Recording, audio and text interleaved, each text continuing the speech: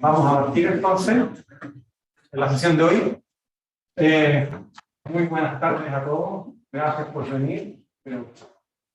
A las caras conocidas. Así que qué bueno que nos acompañen. Esta es una reunión bastante, yo sé que es pública, pero a la vez es íntima. ¿Por quién va a hablar? Felipe fue alumno nuestro, más aún fue mi primer alumno magíster. Así que estoy muy feliz de que haya vuelto y nos dé ahora una charla de las cosas que está haciendo, de las cosas que hizo durante el doctorado y de las cosas que probablemente no voy a presentar eso, pero cosas también que está haciendo en París. ¿Ya? También le doy la bienvenida a la gente que está conectada, la gente que está acá, no nos olvidemos que hay gente que está aquí conectada. También veo muchas caras conocidas, así que bienvenido. Y voy a pasar a la parte más formal, que presentar a Felipe. ¿Ya? Y Felipe me comentaba que tenía una charla de aproximadamente unos 40 minutos. Ojalá que sí. Bueno, estamos relajados en el ambiente más íntimo comercial. Y luego pasamos a las preguntas y respuestas, así que vamos a estar alrededor de una hora aquí con Felipe. ¿Ya? Así que les voy a leer una reseña de Felipe, a pesar de que yo la conozco bien, la voy a leer porque hay algunas palabras en francés que no me saben. Entonces, Felipe González, o doctor González, ¿no es cierto?, es ingeniero magíster en Ingeniería Eléctrica de la Universidad de Chile, y de hecho, tú sacaste el doble título en esa época con el École Centrale París, que fue un programa especial.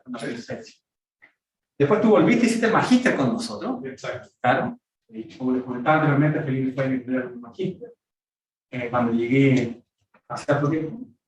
Y luego te fuiste a hacer un doctorado a la Universidad París-Saclay. Y entre medio estuviste trabajando, de hecho, en la universidad con nosotros, sí. Hicimos algunos proyectos juntos, con SPEC, SPEC, que es una empresa consultora que se dedica también a hacer modelación en mercado energético. Así que esa es la reseña de Felipe. Felipe, muchas gracias por acompañarnos hoy día. Y nada, el piso es tuyo. Gracias. Sí, así que hola a todos, un gusto estar acá. Bueno, lo que les voy a presentar es parte de lo que hice en mi tesis de doctorado en París, que fue alrededor del tema de la integración de autos eléctricos a las redes de distribución. Y en particular analizando temas de comportamiento de utilizadores, de usuarios, y cómo podemos implementar mecanismos para la flexibilidad, que espero explicarles qué es lo que hablamos con la flexibilidad de la recarga. Entonces, un poco, bueno, acá está la agenda. Voy a hablar un poco de la motivación de por qué hice la tesis, o cuál era la motivación de mi proyecto de tesis. Y después voy a abordar dos temas principales. Uno, lo del modelamiento del comportamiento de los usuarios, y después cómo podemos implementar la flexibilidad, en particular en redes de distribución. Para poner en contexto la tesis, yo la tesis la hice, como dijo Rodrigo, en la Universidad París-Saclay, en particular en Centrale-Supélec. Es un poco de enredo, pero es como una mini universidad dentro de un gran grupo de universidades.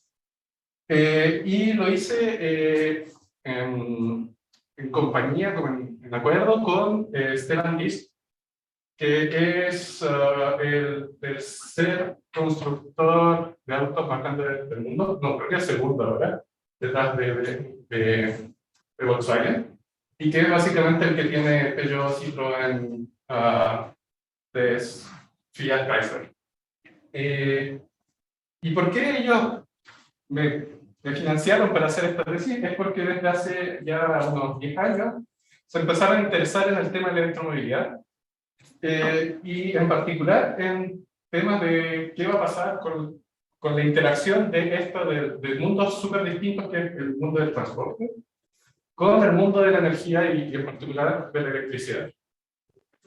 Ellos ya habían financiado otras tesis alrededor de esta integración de los autos eléctricos en las redes, y en particular lo que a ellos les interesa es oye, nosotros estamos construyendo autos, ¿cuáles son las especificaciones técnicas que nosotros como constructores vamos a necesitar?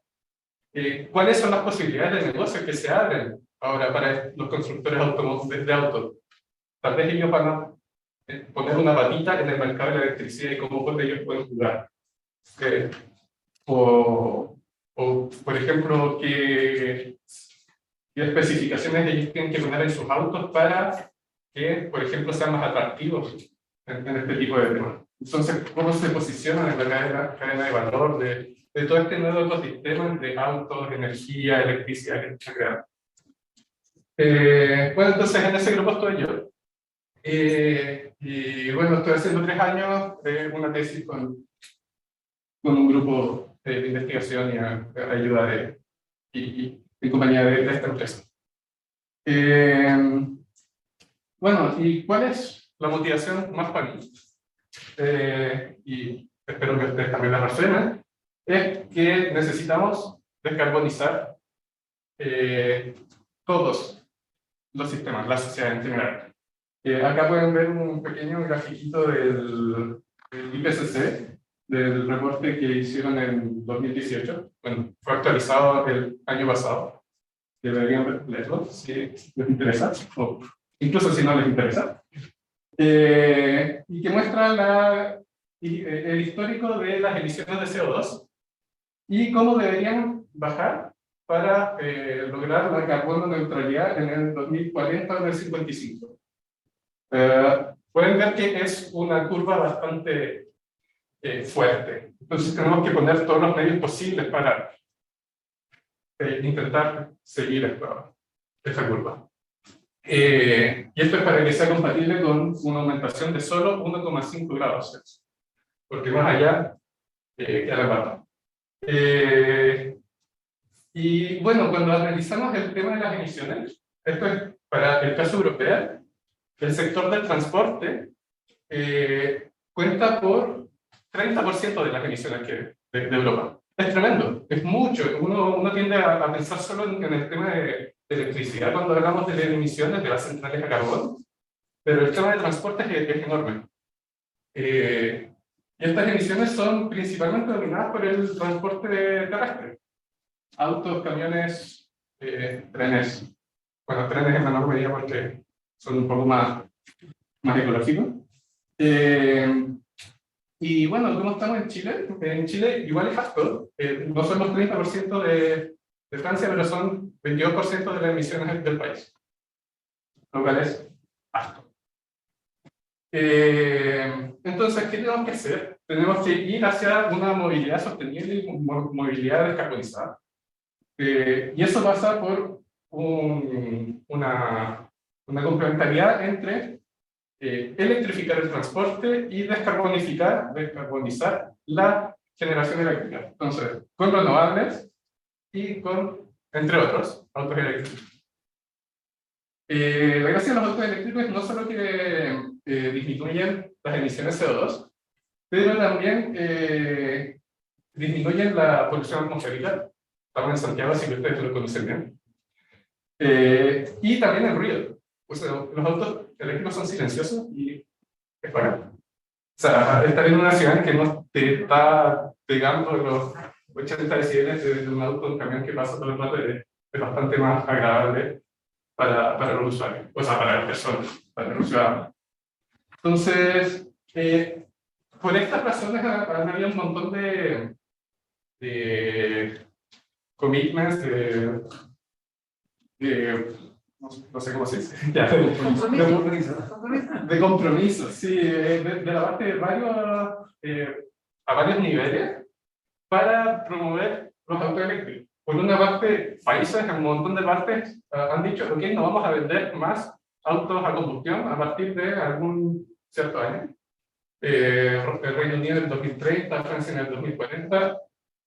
Y bueno, en Chile también, con la estrategia de electromovilidad, que la sacaron hace poco, 2045 o 2040. Creo que es 2045, pero me puedo equivocar.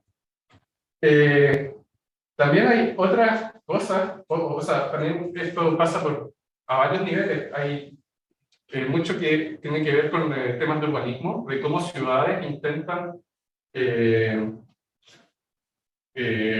ser más ecológicos, sobre todo en los centros de las ciudades. Entonces, por eso hay un montón de ciudades en Europa que están poniendo zonas de bajas emisiones, donde, por ejemplo, ya no podrían entrar autos de combustión. Lo cual hace que la gente se vea un poco obligada a tener o auto eléctrico o no tener auto. Y bueno, también hay de la parte de los constructores de autos, también ellos se están poniendo un poco las pilas, y hay varios que han dicho, nosotros vamos a hacer solo autos eléctricos a partir de algún año. En este caso, por ejemplo, Jaguar y Fiat del 2030. Entonces, lo que hemos visto es que los autos eléctricos se están desarrollando súper fuerte. Hubo un aumento de un 34% de las ventas en el 2020. ¿Y alguien tiene una idea de cuánto aumentaron en el 2021? Échense un número. ¿Quién da más? 101. O sea, yo también me sorprendí cuando vi esta cifra ayer, completar la presentación. Y que es tremendo. Y esto va a seguir avanzando súper fuerte. Entonces, ¿cuál es el problema? Donde yo me estoy metiendo es que esta integración de los autos y de otras cosas va a crear un montón de desafíos para los sistemas eléctricos. Y esto en particular para los sistemas eléctricos de distribución. Los sistemas eléctricos de distribución son los sistemas de media y baja tensión que van a distribuir la energía a los consumidores finales. Entonces, como a la escala de una ciudad, de un barrio, de un pueblo. No es el gran sistema nacional, el sistema de transmisión. Aunque también pueden haber desafíos en el sistema de transmisión.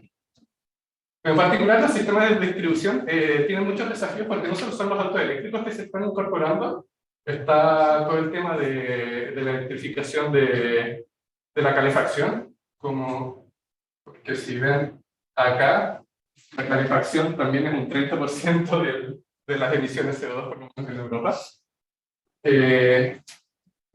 Entonces, está todo el tema de vamos a integrar autos eléctricos, vamos a integrar bombas de calor o electrificación o calefacción eléctrica, vamos a integrar paneles solares y plantas eólicas que todas se van a conectar, o la mayoría se van a conectar en la red de distribución. Esto va a crear más demanda, más corriente, que puede sobrecargar los cables, los transformadores, lo cual va a necesitar inversión en nueva infraestructura, más cables, más transformadores, lo cual es caro. Es caro y al final somos todos los que los pagamos cuando vamos a usar el sistema. Sin embargo, en vez de simplemente meter más fierro, podemos hacer algo inteligente y usar lo que llamamos flexibilidad para mejorar tanto la operación como la planificación de los sistemas.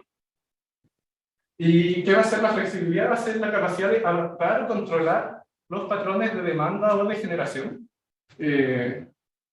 para, por ejemplo, tener el menor impacto en los eléctricos. Y la gracia es que los vehículos eléctricos, a través de la recarga, pueden proveer esta flexibilidad al sistema. Y eso es bueno porque va a crear valor para el sistema eléctrico, por ejemplo, reduciendo las pérdidas, no necesitando nuevas infraestructuras, pero también para los usuarios finales, como por ejemplo si te quieres cargar, usar energía renovable, la energía que es tal vez de tu propio panel en tu casa, puedes usar esta flexibilidad para reducir los costos para los usuarios. Y si reducimos los costos para los usuarios de vehículos eléctricos, ellos se hacen más baratos y hay incluso un mayor incentivo a que se desarrollen aún más esta movilidad más amigable con el medio ambiente. Bueno, aquí, si lo ponemos en contexto de Chile, en el 2021 hay aproximadamente 5.5 millones de autos, sin contar buses y otros. Y el año pasado eran 415.000 nuevos autos, lo cual es harto, yo encuentro que es harto. Y además de los cuales muchos son SUVs, o sea, autos grandes que son gorditos, que consumen mucho benzina, que son los peores para el medio ambiente. Y bueno, si nos proyectamos a 2030, 2040, posiblemente este número de 5.5 millones va a seguir creciendo. En particular, la estrategia de electromovilidad considera 5 millones de autos eléctricos en 2050. Esa es una proyección que ellos se tiran. Entonces, si queremos calcular cuánto de electricidad necesitamos para los autos, encontré una estadística que dice que en Chile se conducen entre 15.000 a 27.000 kilómetros por año por auto. Entonces, digamos, promedio 20.000. Un auto consume más o menos 0,2 kilowatt-hora por kilómetro. Con autos más modernos, en realidad esto tiende a bajar. Pero, lo cual hace que estos 5 millones de autos en el 2050 son 20 terawatt-hora al año. Si lo ponemos en contexto, eso necesita más o menos 9 gigawatts de eólicas o 11 gigawatts de paneles solares. Rodrigo puede corregirme los factores de planta si quiere, pero orden de magnitud. Y para ponerlo en contexto de qué es lo que tenemos ahora, el año pasado se generaron 80 gigawatt-hora en el sistema eléctrico interconectado. O sea, podemos ver que si enchufamos estos 5 millones de autos, significa un 25% de la demanda total del país de este año, lo cual es alto. Y necesitaríamos más de la capacidad solar o más de la capacidad eólica que hay instalada para proveer energía para todo esto. Y volviendo a las redes de distribución, estos autos además van a estar en las ciudades, en los lugares de consumo. Así que ese es el problema.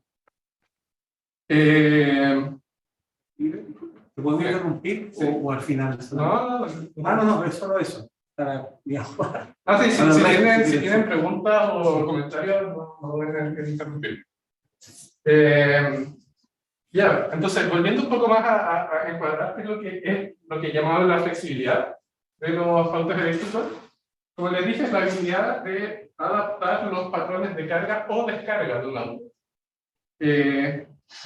Entonces, en este tema vamos a distinguir dos casos. Uno es lo que llamamos recarga inteligente, que, por ejemplo, en vez de llegar a tu casa, enchufar el auto y que se recargue inmediatamente, y que puede contribuir al pic de demanda de la tarde, y que básicamente va a hacer quemar tu transformador o tu cable, o bueno, por lo menos se te va a dejar el switch. Podemos cargar el auto en las horas o en los momentos donde, por ejemplo, veamos el menor impacto en el sistema, o por ejemplo donde hay mucha generación renovable y podemos disminuir el vertimiento. Como podemos ver acá, en este caso nos cargamos en las horas de la noche y todo eso. Y en segundo caso es lo que se llama la descarga o el vehicle to grid, auto hacia la red, que es cuando, como esto es una batería con rueditas, podemos descargar el auto y inyectar energía a la red, y de esta manera ayudarlo, por ejemplo, en los momentos críticos. Por ejemplo, en este caso podríamos descargar el auto 1 o 2 horas durante el pic de demanda, ayudar a la red a gestionar ese momento crítico, y después nos cargamos durante el resto de la noche. ¿Por qué podemos hacer esto? Porque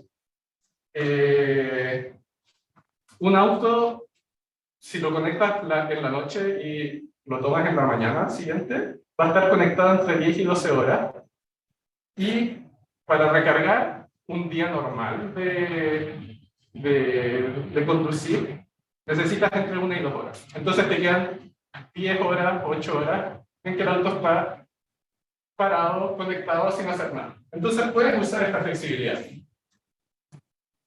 Una pregunta. Dime. ¿Esa flexibilidad no te quita vida útil?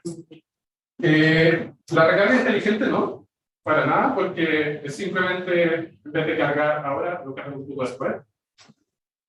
El vehicle to grid puede ser si es mal utilizado. Las baterías tienden a degradarse por dos razones, una es por simplemente lo que pasa el tiempo y otra es por cuánto las usas. Y esto claramente va a usar más tu batería. Pero si lo haces un par de veces al año, porque tu demanda punta no es todos los días, no sería tanto el uso adicional que genera.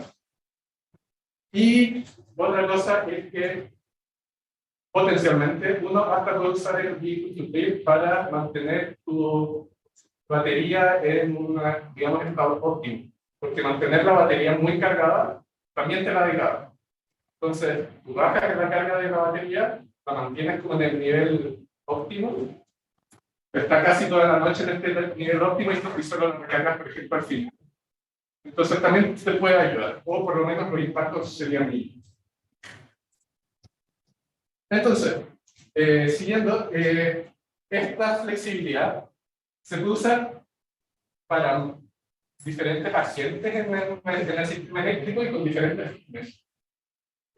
Lo podemos usar solamente desde el punto de vista del usuario final.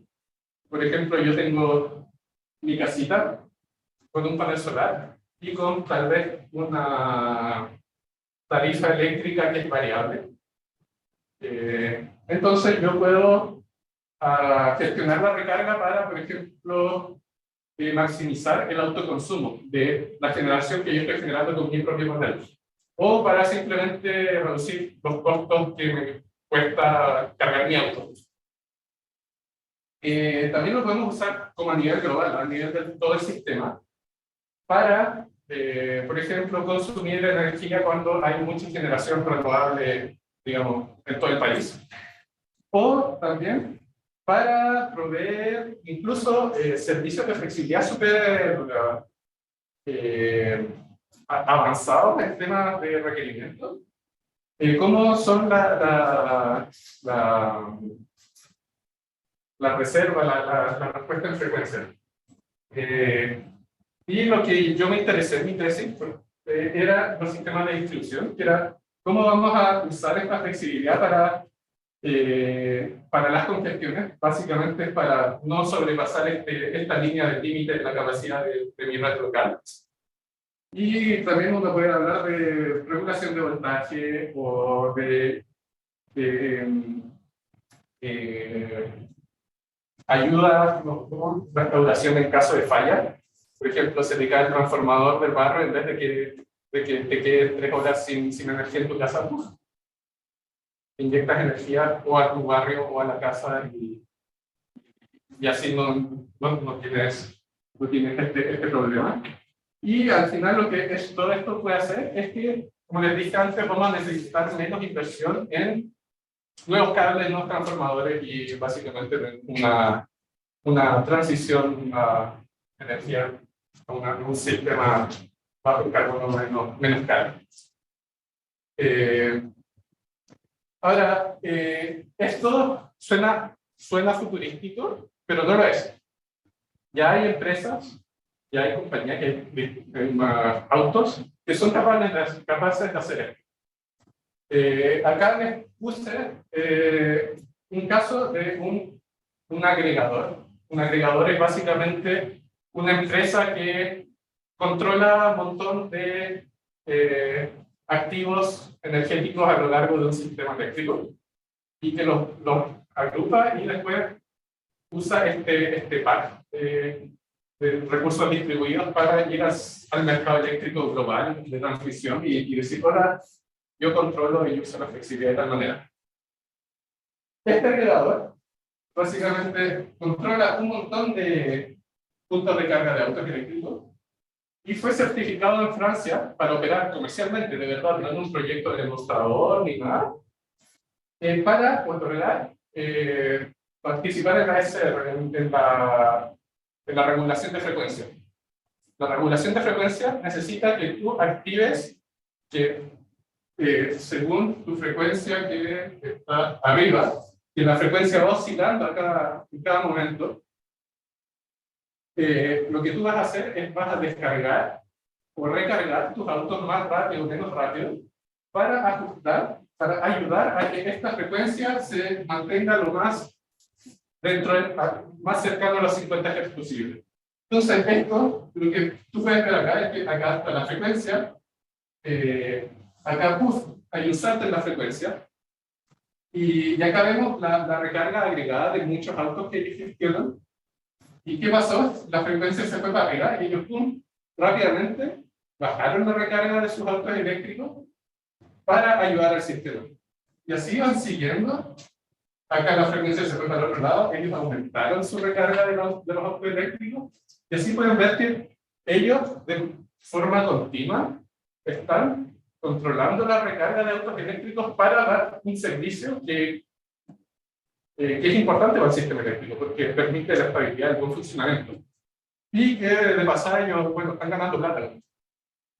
En el caso de haber diferentes empresas que brindan este servicio, ¿cómo lo hace el ente coordinador para que el efecto de uno no provoque una reacción en otro y se desencadene un proceso inestable? Por ejemplo, ahí es lógico que si tenemos un agregador y el sistema completo respondiendo, se va a dar se van a dar esas pendientes ascendentes y descendentes. Pero si tenemos varios agregadores, ¿qué es lo que han pensado como para pelear entre sí? Bueno, este servicio no lo dan solo los autos eléctricos, esto está siendo controlado en tiempo real, principalmente por los generadores existentes que ya están conectados, que adaptan su output según la frecuencia. Y para eso hay unas leyes de control que te permiten que si la desviación de frecuencia es poquita, te desvías poquito. Si la desviación de frecuencia es grande, tú te desvías alto y así intentas controlarlo, y la respuesta agregada del sistema funciona más o menos bien. Y básicamente lo que tú dices es que ellos dicen necesitamos una cierta cantidad de reserva.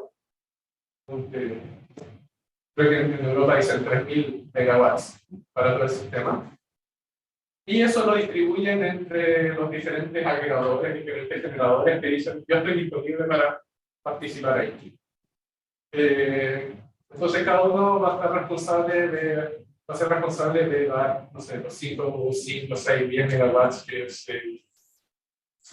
dijeron que iban a dar. Esto se coordina a través de un mercado. Y bueno, me controlo. No sé si va a poder preguntar. No sé. A ver. No quiero entrar en la clase de regulación de frecuencia. Yo me estoy viendo, la verdad es que ya es algo que está más allá de la teoría, sino que es algo que se practica. Sí, esto por eso. En la práctica, ¿qué es lo que se hace? En la práctica, ¿qué es lo que se hace? Tienen los generadores o principalmente los generadores, saben cómo hacer esto, pero ahora hay nuevos entrantes, los autos eléctricos, baterías, que dicen, oye, nosotros también podemos hacer esto y lo podemos hacer mejor o más barato. Entonces vamos a entrar a este mercado y ustedes generadores, preocúpense solamente de generar y nosotros nos preocupamos de hacer este tipo de cosas. Y eso es la práctica que es un estacionamiento donde dicen traigan sus autos y bríndenme la energía que yo necesito para hacer esto. En la práctica, acá va a depender de cómo el agregador genera su negocio, ¿sí? Pero en particular estos tipos trabajan principalmente con flotas como comerciales. No sé, fíjate, la flota de correos que funcionan durante el día y después tienen un parking y llegan todos los autos ahí. Y ellos los enchufan y dicen, ya vamos a estar toda la noche enchufados. Entonces ellos saben que están ahí. Funcionan con esas flotas de autos. Y ellos tienen un montón de estacionamientos, o sea, no son estacionamientos públicos, que no son, como te dije, flotas privadas, pero tienen un montón de gente distribuida en todo el país y controlan estos autos en todo el país. Y de forma agregada ellos logran responder a las señales de manera súper precisa y rápida.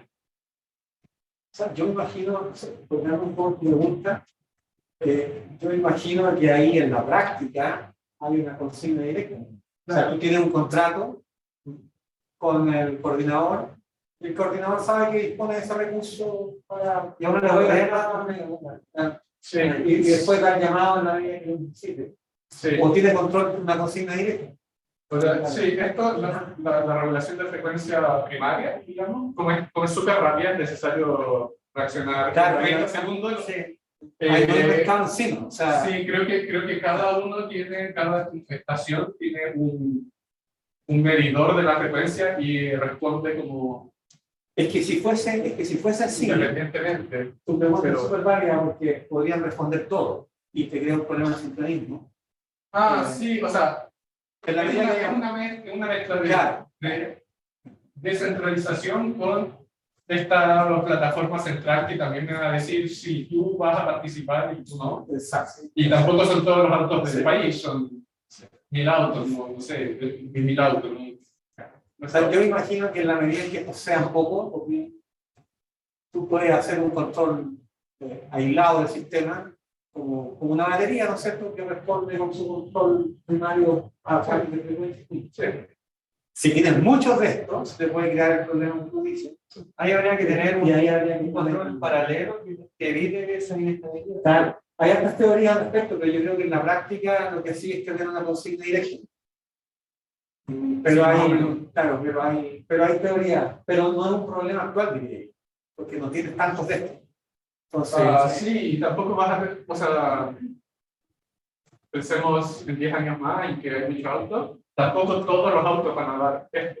Van a haber algunos que van a hacer esta regulación de frecuencia y van a haber otros que simplemente se van a recargar u otros que van a dar otro tipo de servicios como los que le mencionaba antes. La flexibilidad la vamos a poder usar para muchas razones y no van a ser todas las mismas. sí. No, Luis Gutiérrez, que te estamos escuchando, está desesperado porque dice, lo preguntaba 2 veces. Dice, ¿cómo? Escucha, No sé si pueden hablar. no la ¿no? vi. ¿No pueden hablar, Sol? Sí, se pueden hablar. ¿Qué quiere hablar? Luis. Luis.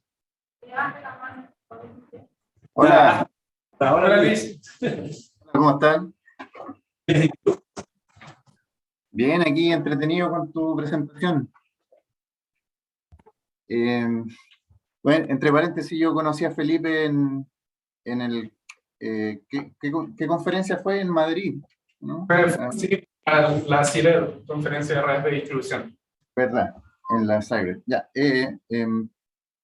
Oye, ya, mira, la pregunta era si es que en esta implementación que tú muestras de agregadores, ¿hay algún mecanismo operacional que nos asegure que las redes de distribución no se van a ver afectadas por tratar de resolver un problema en el sistema, que en este caso es la frecuencia, ¿cierto? Porque si yo, no sé, llego a una masa crítica de vehículos coordinados que yo los trato de despachar a todos al mismo tiempo para responder a que puede ser una señal de precio, ¿cierto? Que es atractiva y que me hace tratar de proveer este servicio. A lo mejor voy a participar incluso en subastas y bueno, me adjudico un bloque de potencia a entregar para regular esta frecuencia.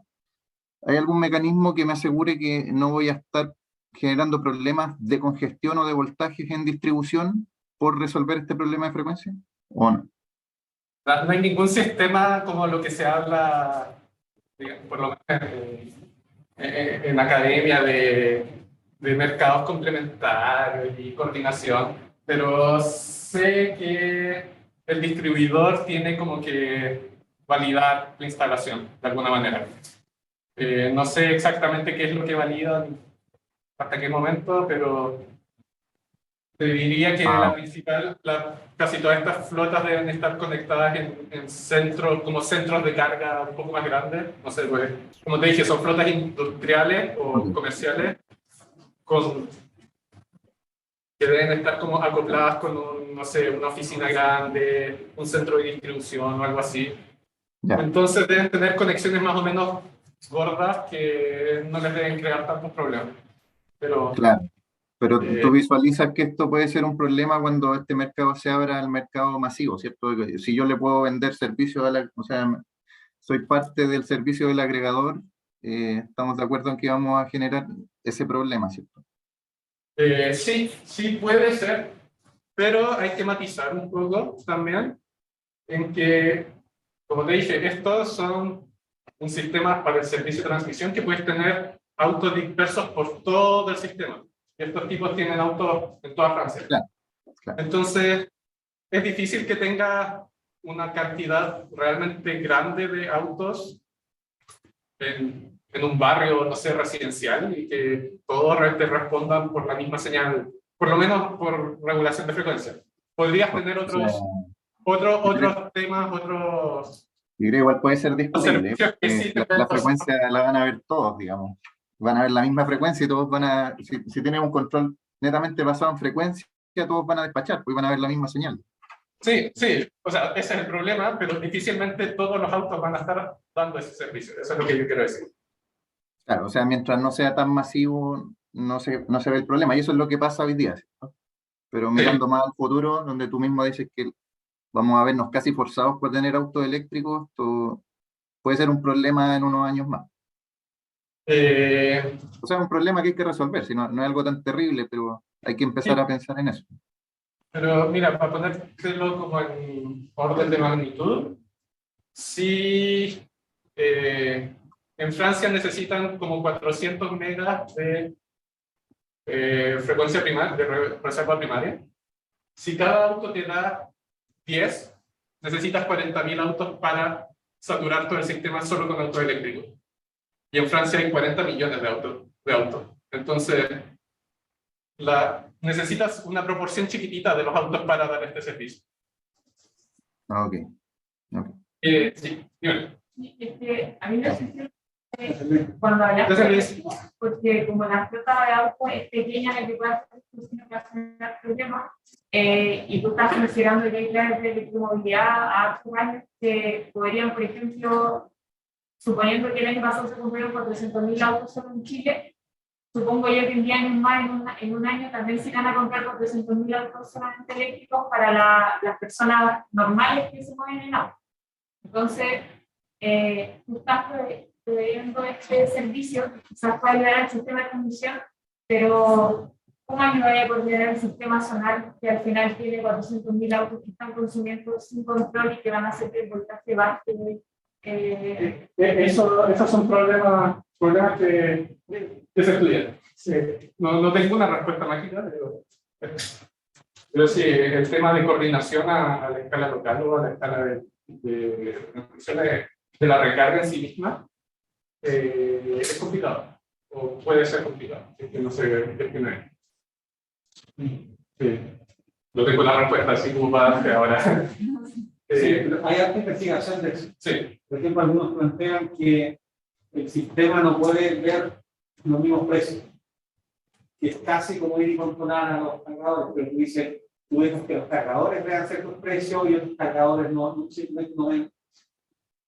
Es como casi que mandar una señal aleatoria de precios. Porque si no, se crea lo que tú dices, digamos, tú tienes una baja en precio, todos van a tener a cargarse, y eso es un problema.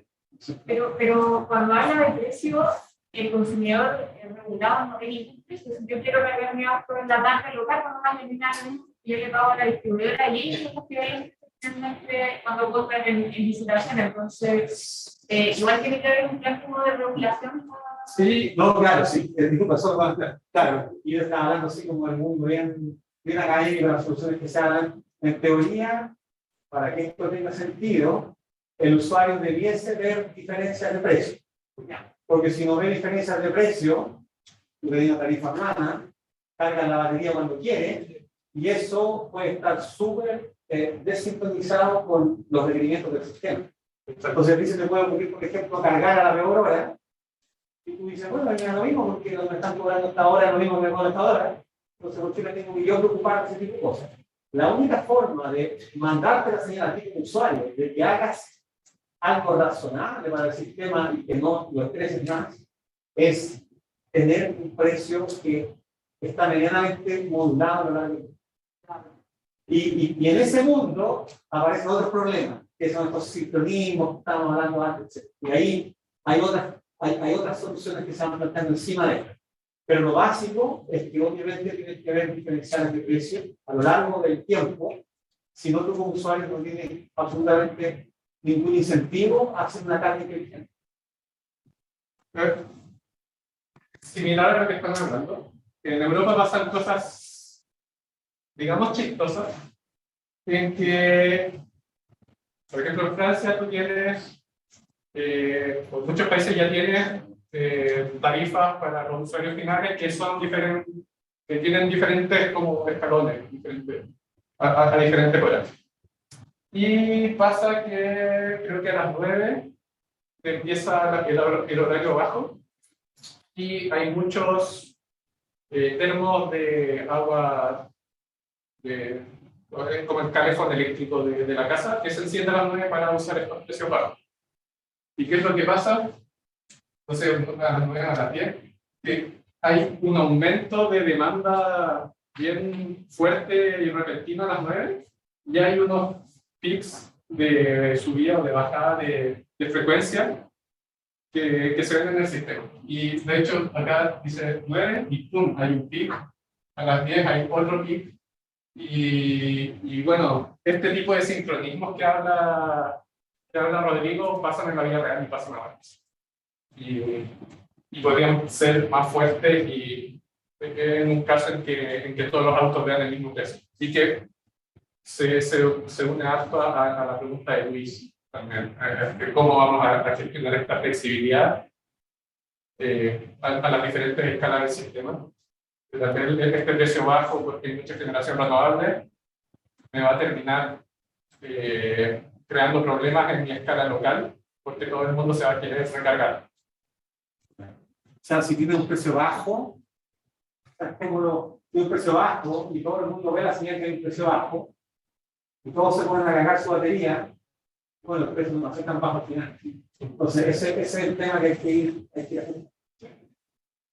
Bueno, siguiendo con la presentación, porque todavía no les cuento nada de lo que yo he hecho.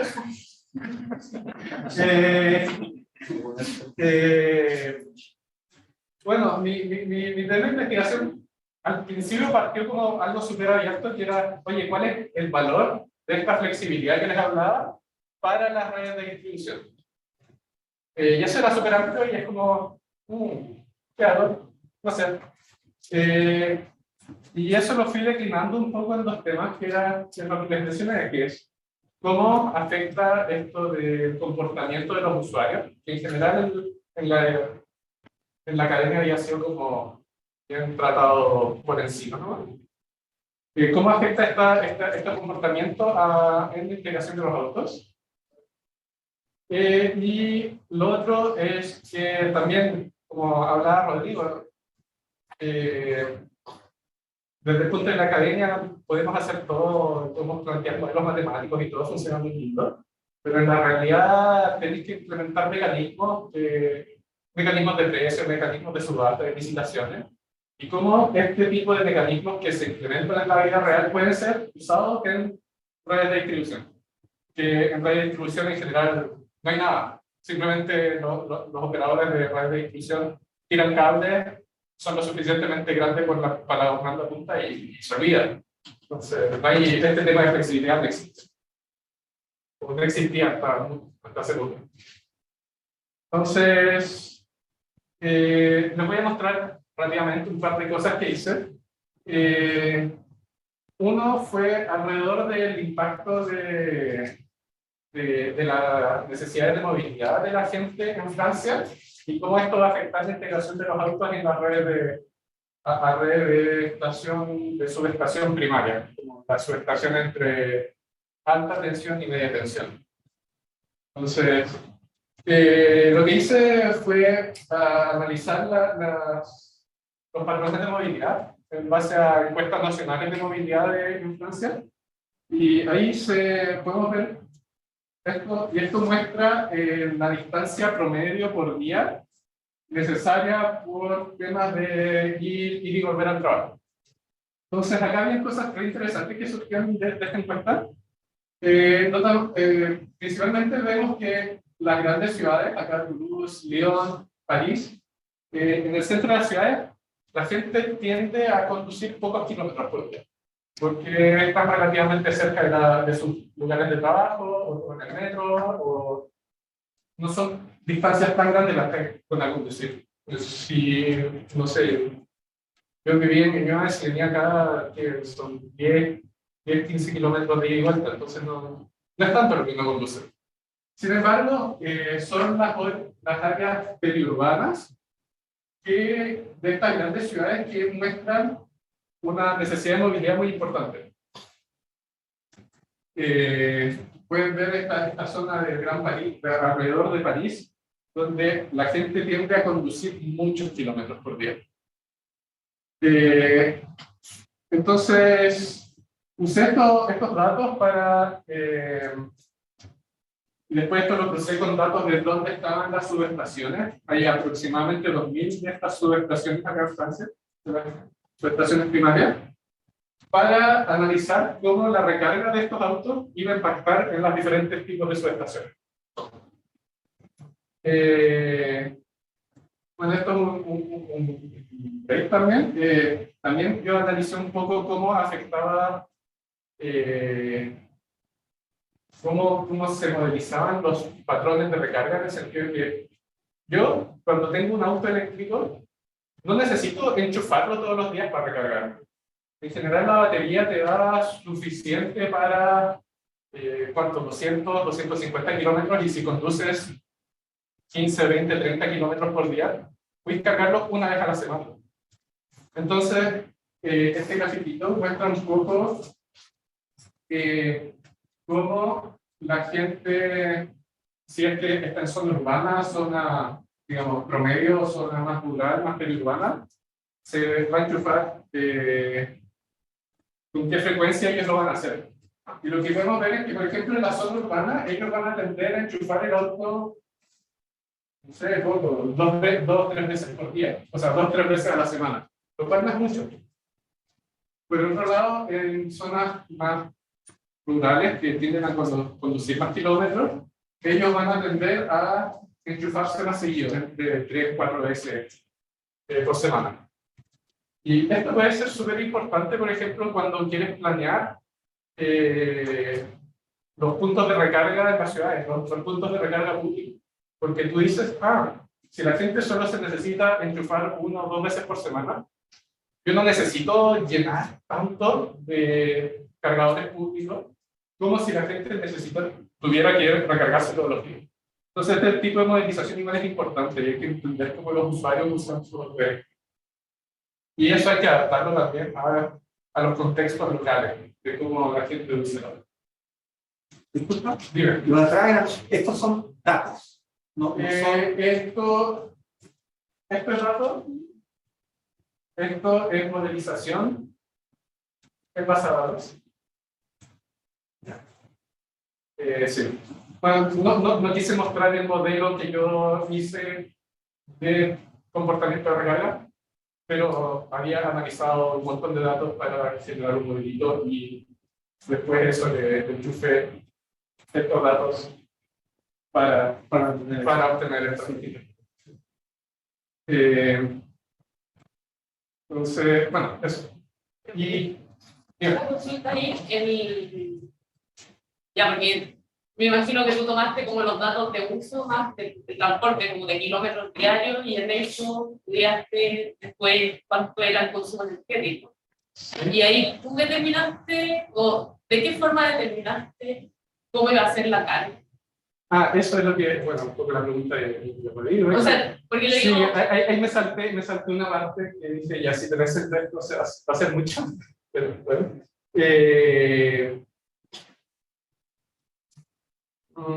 Deja...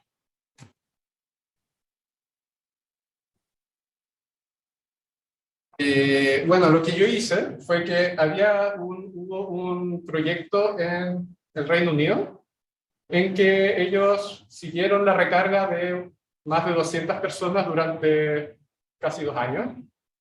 Y después estos datos los dejaron públicos. Entonces yo descargué estos datos y me empecé a estudiar, oye, con cuánta frecuencia estos tipos recargaban su auto. La gracia de este proyecto es que habían muchos tipos de autos. Habían autos con baterías chiquititas y autos con baterías gigantes, como los Teslas. Y lo que hice es que analicé los distintos usuarios.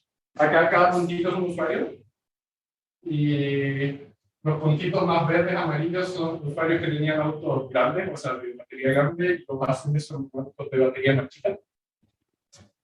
Y lo que vemos acá es, en este lado, el número de sesiones de recarga por semana, y acá la energía que cargaban por semana, en promedio. Entonces lo que vemos, o no, por sesión de recarga. Entonces lo que vemos es que los azules, los autos que tienen una batería más chica, tienden a recargarse más veces por semana. Y al contrario, los autos que son más grandes se pueden recargar menos y más encima van a necesitar más energía en cada sesión de recarga. Por otro lado, acá vemos la frecuencia de recarga y la distancia que conducen.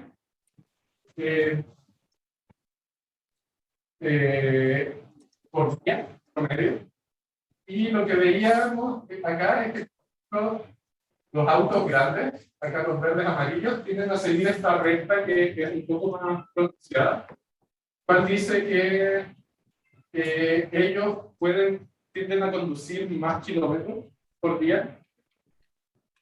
¿Qué pasa? Lo que quería decir es que van a tener a conducir para el mismo número de recargas. Si yo me recargo 2 veces por semana, en general los autos con batería grande, si se recargan 2 veces por semana es porque conducen mucho más que un auto de batería chica. Entonces eso de ahí hizo un modelo de simulación que me permitía encontrar, digamos, estos mismos comportamientos. Si quieres, después podemos hablar más en detalle. No, pero está súper claro. O sea, tú hiciste un modelo de datos, básicamente. Sí, un modelo de datos Entonces, ajustaste el modelo con estos datos y después ocupaste las distancias de París o Francia. Y ahí obtuviste todo lo... Exacto, gracias por la aclaración. Bueno, entonces, sí, eso. Usé datos para usar más datos para después usar más datos.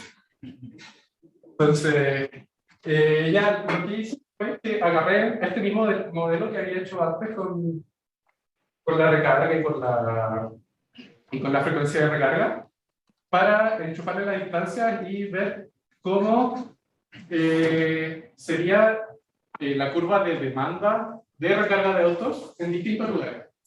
Entonces, acá vemos una subestación en París, o sea, una región urbana densa, y vemos que va a haber una demanda súper fuerte por recarga durante el día, porque hay gente que va a trabajar allí a París y va a necesitar enchufar el auto durante el día. Y que por el otro lado, la gente que vive en París, entre que no tiene tanto auto, conducen pocos kilómetros por día, la demanda en la noche en comparación. Y si vemos el otro caso extremo de esta subestación periurbana, vemos el caso contrario, en que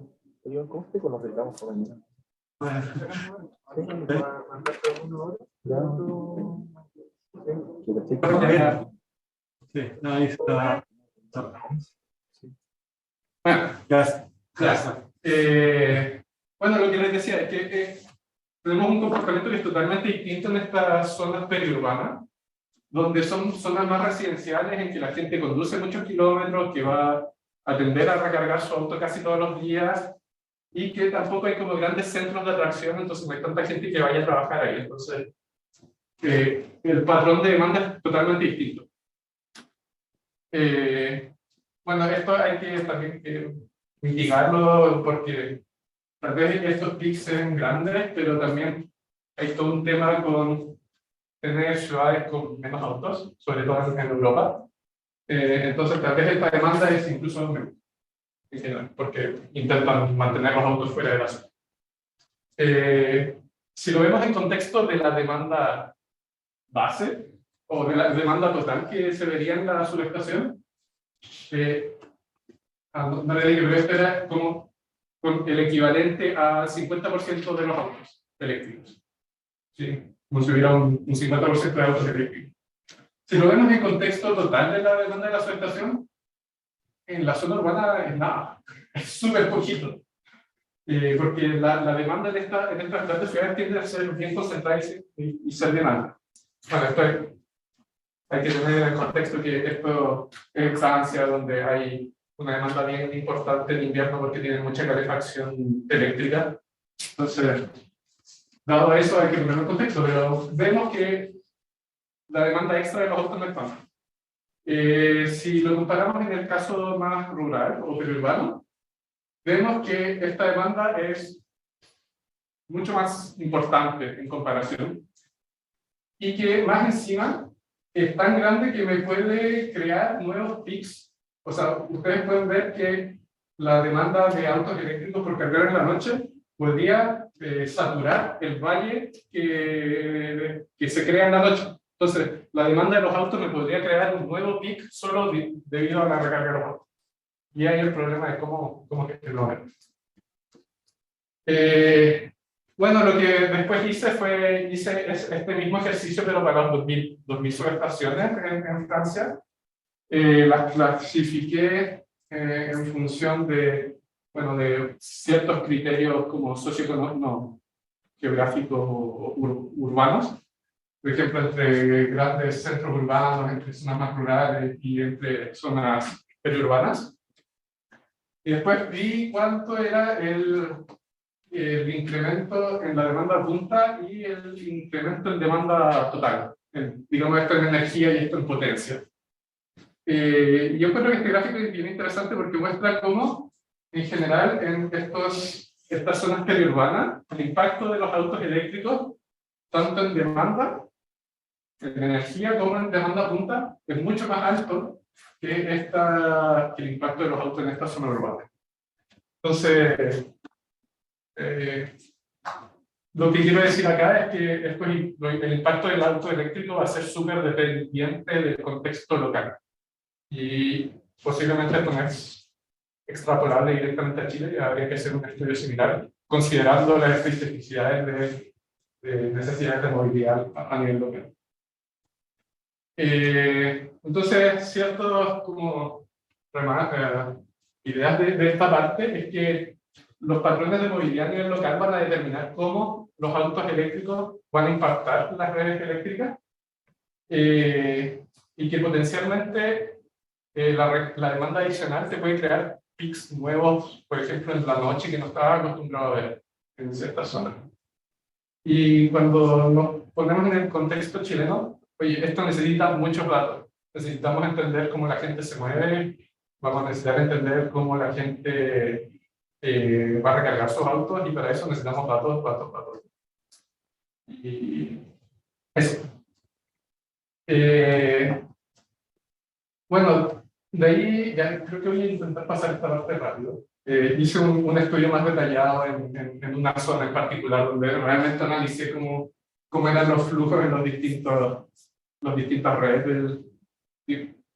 Perdón, que quedé con el otro análisis de las zonas periurbanas y Sí. A mí me toca trabajar mucho en el transporte público urbano y bueno, en estrategia de movilidad también compartirse. Entonces, pero claro, ahí el urbano anda todo kilómetros. Seguro, sí. Entonces,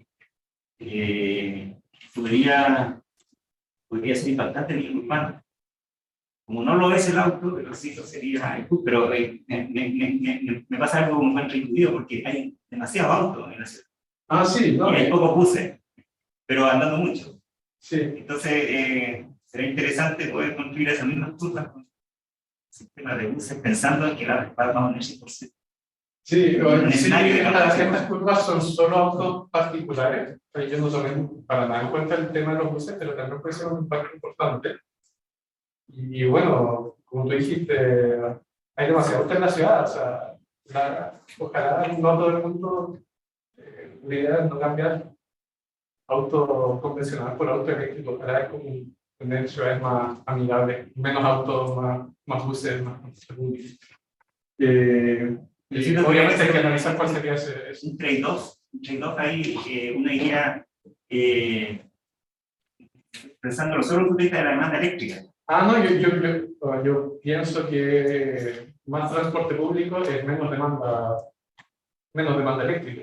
El bus debe ser más eficiente. Transportar un bus va a ser más eficiente que transportar los 10 autos que hacen el mismo tiempo. Entonces, o 100 autos o 50 autos que hagan el mismo recorrido. Entonces, sería mucho mejor tener buses desde el punto de vista de eficiencia energética.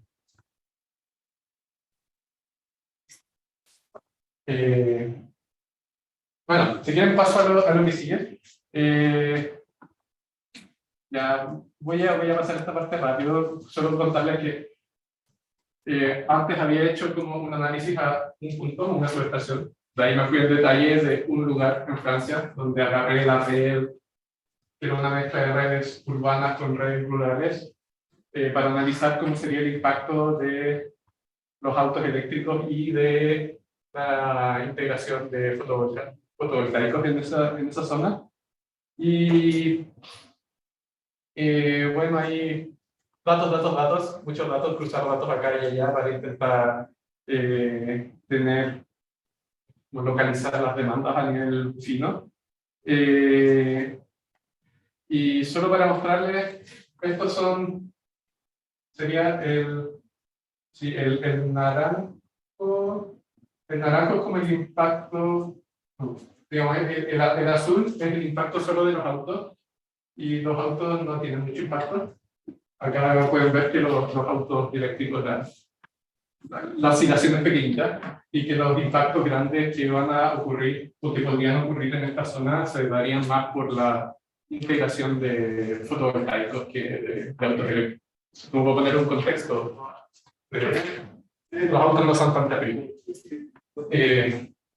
Ahí por este tipo de potencia. Sí, usé. Para saber cómo es la composición de la red, las distribuidoras de Francia te dieron información. La distribuidora de Francia publica muchos datos y publicó como el sistema GIS, la posición de las líneas. Ya. Y a través de la posición de las líneas, y como digamos estas líneas con GPS, yo reconstruí la red, pero fue un poco malo. Pero, por ejemplo, para saber la opacidad del cable que está ahí trazando, ¿lo supusiste una opacidad en un valor estándar? Sí, supuse, a ver, hice una idea más o menos, y creo que era inteligente, de que en una mezcla entre la longitud del cable y la carga que venía, habían distintos tipos de cable que yo podía elegir, y yo elegía uno que me satisfacía una operación normal, sin vehículos eléctricos. Pero sí, agarré datos para reconstruir la red, y por ejemplo, estos tipos de cable eran como los cables estándar que se encuentran ahí. Entonces, es un par de más datos. Y ahí me iba a decir que usaste que... Para los flujos de potencia usé uno que se usa en Python. Es muy bien. ¿O vendías? No, PyPower, no sé, te digo si quieres. ¿Y la red la modelaste como si fuera balanceada? Sí, esta era es la red de media tensión. Entonces, en media tensión no te preocupas tanto de cada fase. Así que sí. Si hubiera modelado baja tensión, ya haría que meterse más en esos temas.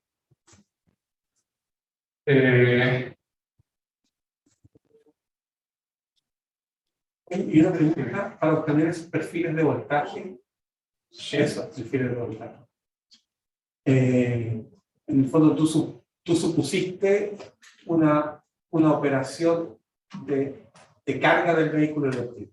Sí. Más que hacer una especie de carga inteligente Sí. que podría incluir restricciones de este tipo.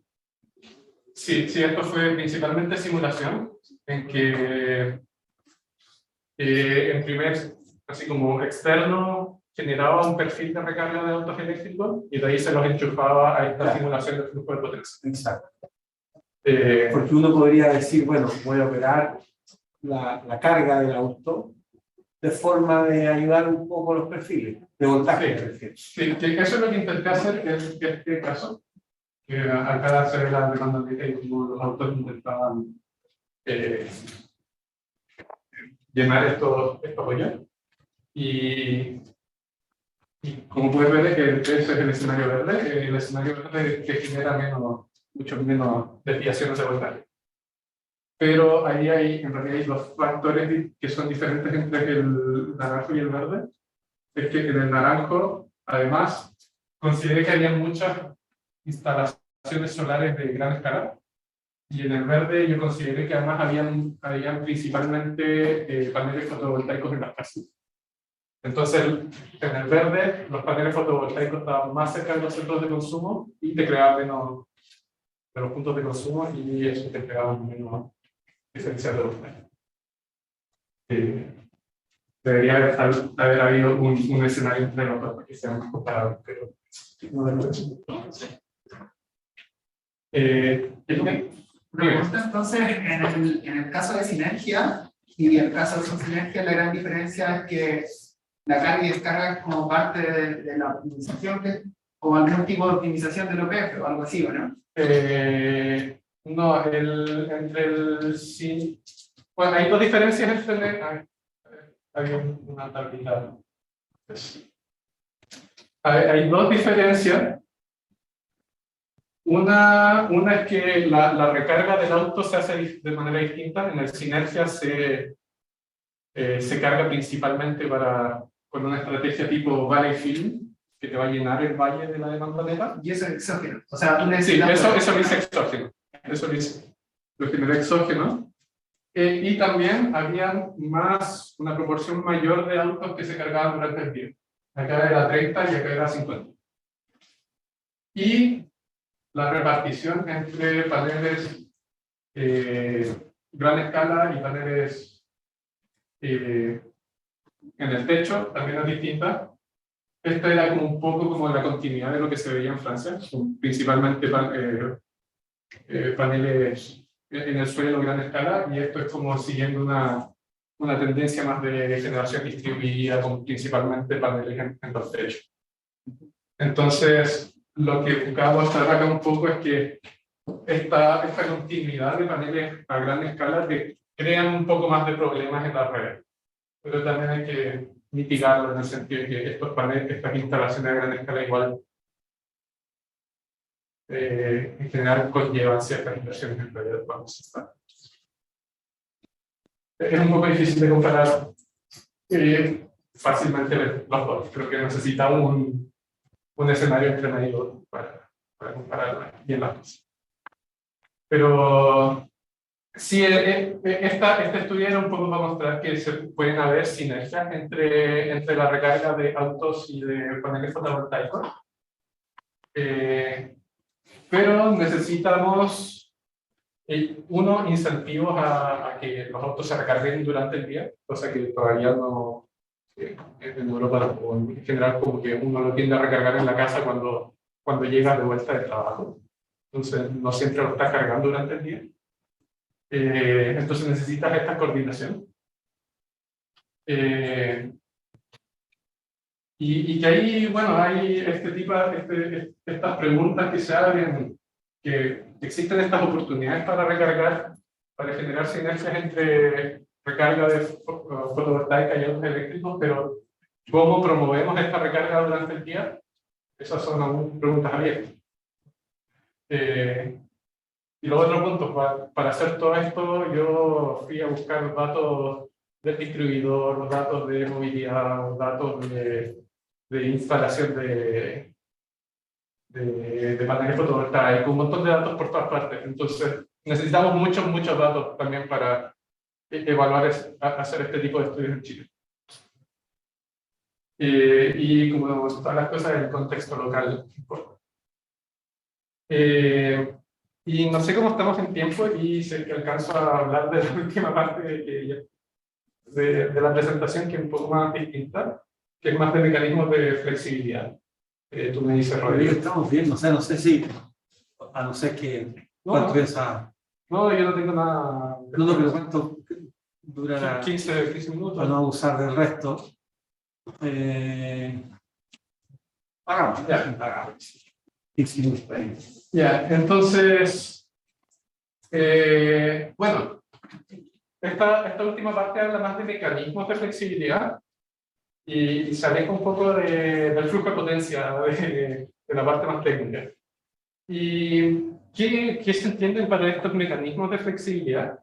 Es que cuando tú quieres usar esta flexibilidad de descargar el auto, usar generar, participar en el mercado de regulación de frecuencia y todo eso, tú necesitas un mecanismo, un framework, que te permita valorizar lo que estás haciendo. Por ejemplo, si tú quieres vender energía, hay un mercado de energía que te va a pagar por ese servicio que estás dando, generar energía. En Europa existe este mercado de regulación de frecuencia, donde este agregador que les hablé al principio participa y dice, yo puedo ofrecer tanto a tal precio, y le pagan. Entonces permite valorizar. También uno puede tener un mecanismo de valorización a través de las tarifas, como Rodrigo bien decía. Si el usuario final ve diferenciales de precios en su tarifa, él va a decir, ya tal vez voy a usar mi flexibilidad, voy a recargarme en estas horas y no en estas horas. Sin embargo, si queremos hacer una regulación más fina, usar la flexibilidad de manera más inteligente a nivel de inclusión, no hay mecanismos de flexibilidad implementados. Porque, como les decía, hasta el momento, en general, en distribución, poníamos un transformador, poníamos los cables suficientemente grandes y nos olvidábamos. Entonces, no necesitábamos flexibilidad. Sin embargo, existen diferentes mecanismos o frameworks para usar la flexibilidad a nivel de distribución. Y entre eso tenemos la parte de tarifas, que podrían ser pensadas no solo a nivel macro, pero tener tarifas realmente a nivel de distribución, nivel local. Conexiones flexibles, que por ejemplo el distribuidor dice, esta zona está medio complicada y yo voy a necesitar, por ejemplo, un poco de flexibilidad en la hora punta entre, no sé, las 7 y las 10 de la noche en invierno. Entonces, si yo me quiero conectar, yo soy un nuevo tipo que llego y digo, oye, yo me quiero conectar en esta red, yo digo, dale, conéctate, pero durante estas horas puntas tú solo puedes, la capacidad de la red para ti va a ser menor. Entonces, esta es como una demanda flexible, o demanda, sí, una conexión flexible para los usuarios. Entonces, esta conexión podría permitir un uso un poco más óptimo, más inteligente de la capacidad de la red. Y finalmente hay toda una idea de generar mercados de flexibilidad a nivel local.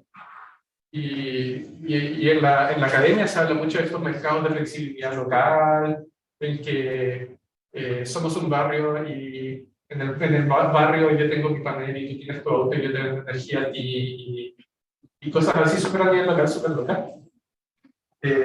Personalmente yo no me los creo mucho, pero eso es otro tema. Y hay otras implementaciones que han empezado a surgir que desde mi punto de vista son un poco más pragmáticas y que son licitaciones de flexibilidad, como a mediano y largo plazo. Y estas empezaron en el Reino Unido, en los Estados Unidos y están empezando también en Francia y en otras partes. Entonces, yo me concentré un poco en el tema de licitaciones de flexibilidad Y bueno, ¿cómo funciona? Este es el caso de las licitaciones que se han estado haciendo en el Reino Unido. Y lo que pasa es que el distribuidor identifica las zonas donde su red está un poco congestionada. Por ejemplo, en este caso es esta zona de acá. Y dice, yo voy a necesitar tal vez la flexibilidad en este caso, por ejemplo, en estos meses como de invierno, febrero, marzo, durante los días de la semana. Y este es el periodo en que yo potencialmente voy a requerir la flexibilidad. Que alguien, por ejemplo, deje de consumir tanto antes. Entonces él dice, oye, yo voy a necesitar esto durante la flexibilidad durante los próximos 2-3 años. Entonces hace una licitación, diferentes actores, agregadores u otros, dicen, yo te puedo aportar, no sé, tantos megawatts, kilowatts de flexibilidad. Y de ahí ellos dicen, ok, me gusta. Bueno, se adjudican contratos que pueden ir hasta 7 años para que los tipos se instalen ahí y otorguen flexibilidad al sistema. Lo que es interesante es que, por ejemplo, acá ellos dicen, yo necesito mi flexibilidad que esté disponible entre febrero y marzo, pero es que esté disponible. Yo, en realidad, la activación de la flexibilidad se hace pocas veces por año. Como decir, yo sé que mi demanda punta es entre los meses de enero y febrero, pero el día exacto yo no lo sé. Yo a lo más lo voy a saber como el día antes, en función de la predicción de las condiciones climáticas o de otras cosas. Entonces, la flexibilidad no la necesitamos todos los días. Ciertos datos de bueno, ellos empezaron a hacer esto en 2018, si no me equivoco. Entonces, 2020, 2021 ya han hecho estas licitaciones. Y lo que es súper interesante es que han tenido precios bastante altos por la flexibilidad. En el 2020 el precio promedio era de 59 libras el kilowatt, y bueno, en 2021 bajó un poco a 33. Yo creo que es porque hay cada vez más actores, entonces empieza a ser cada vez más competitivo. Pero para ponerlo en contexto, si tú dices 33 libras por kilowatt por año, un auto te puede dar con un cargador de 10 kilowatt, digamos 10 kilowatt de flexibilidad, significa que te van a pagar 300 libras por año, potencialmente, por tu flexibilidad. Cargar un auto durante todo un año te cuesta alrededor de 200-300 libras. Entonces, si yo soy capaz de dar esta flexibilidad durante 10 días al año, toda la recarga de mi auto del año entero me sale gratis. Entonces, para que tengan los órdenes de magnitud, es potencialmente hasta claro.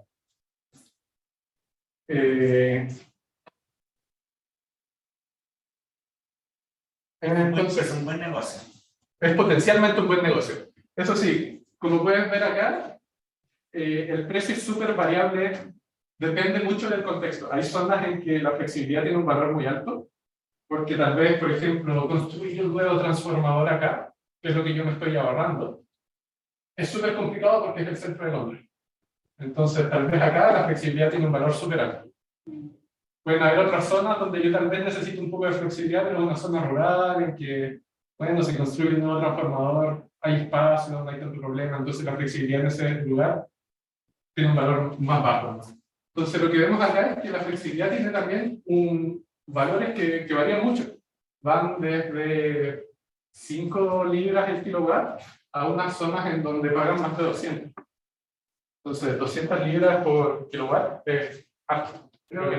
Igual me llama la atención que en el plazo de un año, el precio medio que está indicando ahí, ¿cierto?, bajó prácticamente a la mitad. Entonces, claro, hoy es un buen negocio, pero de acá a 10 años, quizás se termine balanceando todo y no sea posible. Es posible. Tiene toda la razón. O sea, esto, a medida que hay más autos eléctricos, más baterías, más recursos distribuidos controlables, potencialmente va a haber más competencia. Y estos precios pueden caer. ¿Hasta qué punto? Bueno, va a ser hasta que el marginal Está perfecto. Pero es un mercado, o sea, es un mercado, exacto. Los mercados son así. Depende de los incentivos que se vayan dando, ¿no? Porque, claro, viéndolo desde esta arista, claro, es atractivo, después no lo va a hacer tanto, pero se puede generar otra forma de ver el problema que va a incentivar a que la gente se meta. Sí. Y hay otro negocio. Sí, totalmente. Y, por ejemplo, esta flexibilidad, estos contratos, lo que es interesante también es que le da cierta seguridad a estos inversionistas, porque dicen, oye, yo tengo mi contrato por 3, 4, 5, 7 años, al tiro, va a estar ahí, que me van a pagar una cantidad más o menos fija, y que no voy a estar sujeto a estas volatilidades de que este año sí, este año no, tal vez el próximo año el tiempo estuvo bueno y no activaron mi flexibilidad. Pues claro, Esto como que me mantiene una cierta seguridad. exacto, da una seguridad probablemente con incentivar. Sí. Entonces, esta era justo la diapositiva que quería buscar ahora. ¿Por qué se empiezan a desarrollar esto? Porque le da los buenos incentivos a las dos partes. Por una parte, el distribuidor dice, yo voy a estar seguro que van a estar disponibles estos tipos de estos agregadores de flexibilidad que me van a dar la flexibilidad si yo la necesito. Y por el otro lado, estos agregadores también se aseguran un poco con unos ingresos de base, que si la activan, bueno, le dan un premio más, pero si no las activan igual van a ganar plata. Entonces permite una buena coordinación entre los distintos agentes. Y bueno, lo que yo quise investigar después en esta parte es que si tú te comprometes para 2-3 años a dar flexibilidad usando autos eléctricos, por ejemplo, puede ser un poco complicado porque prever o cómo va a ser el comportamiento de tus autos, de los autos que contratas de cada 2-3 años es complicado. O sea, hay muchas variables. Tal vez el auto llegó tarde y no estaba ahí disponible para dar, enchufado, tal vez, no sé, muchas cosas. Entonces, lo que yo me puse a investigar en esta parte era cuáles son los impactos de las reglas de mercado de estas licitaciones en la participación de autos eléctricos y cuál sería potencialmente el nivel de remuneración que podrían alcanzar. Entonces ahí hice varios casos de estudio, varias simulaciones, con vehicle to grid, sin vehicle to grid, bla, bla, bla. Para hacer la corta, lo que yo hice fue investigar por lo menos 3 tipos de flotas distintas. Una flota que yo la llamé flota de compañía, digamos de profesional, no sé, que la gracia que tenía era que se conectaba más o menos temprano, porque los turnos terminaban temprano, y que se iba a conectar todos los días, porque cuando tienes una flota o un parking, digamos, profesional, es más fácil o sea, más factible que la gente tienda a conectarse todos los días. O porque, no sé, el jefe le dice, tienes que conectar. Y de ahí consideré 2 flotas de usuarios normales, digamos. Esta flota verde es la que yo le llamé LPI, que es como Low Probability de enchufar, que sigue un poco los datos que yo les mostré antes, al principio de la presentación. Los datos que yo había sacado de este proyecto demostrador en el Reino Unido, donde se conectan más o menos 2 veces por semana. Y de ahí dije, ok, esta roja, digamos, los usuarios van a ser un poco más proactivos en conectarse, se van a conectar un poco más seguido. Y creo que eran como se conectaban aproximadamente 5 veces por semana. Entonces, lo que vemos en esta imagen, para arriba, es el perfil de recarga promedio de las distintas flotas. Y para abajo es el perfil como de flexibilidad, si es que ellos pudieran usar el vehicle to grid para dar la flexibilidad. Y esta franja en amarillo sería la ventana de flexibilidad donde el distribuidor la necesita, que en general era entre las 5 y las 8 en el caso de Reino Unido. Entonces, lo que vemos acá, uno es que si queremos usar solo una flexibilidad Smart Charging, recarga inteligente, que sería, en vez de cargar, no cargar acá, sino cargar acá, esta flexibilidad chiquitita. Pueden ver que esto. En cambio, si yo soy capaz de usar el Vehicle to Grid, la flexibilidad es potencialmente mucho más grande. O sea, el aumento de flexibilidad disponible es mucho. El otro es que estos patrones de movilidad van a afectar qué tanta flexibilidad yo puedo otorgar al sistema. Si yo tengo una flota de autos eléctricos que se porta bien, como esta flota de compañía, que se recarga más o menos temprano, que se enchufa todos los días, el potencial de flexibilidad es bien importante. Joder. Si yo tengo flotas de recarga que la flota del auto común y corriente, que no doy los buenos incentivos y la gente no se enchufa, mi potencial de flexibilidad es pequeñito o nada. Entonces, el comportamiento de los usuarios o el tipo de flotas que yo voy a controlar es súper importante, ¿no? Y bueno, de ahí le enchufé, cuando calculé cuál era la flexibilidad que yo podía otorgar al sistema de manera más o menos confiable, y le enchufé distintos precios en función de lo que había visto en las subastas pasadas. Y calculé, bueno, cuánto podrían ganar por auto al año para las distintas flotas y los distintos lugares. Entonces, para un precio promedio cercano a los 50, podemos ver que, como les decía, puedes ganar potencialmente alrededor de 300-350 euros al año por auto, lo cual es alto. Pero si estás en estos lugares, en lugares específicos donde la flexibilidad vale mucho, los 200, potencialmente son más de 1.000 euros al año, o más 1.000 euros, 1.000 pounds, libras al año de importación. Eso es mucha plata para un auto, por usar un par de veces al año. Sin embargo, si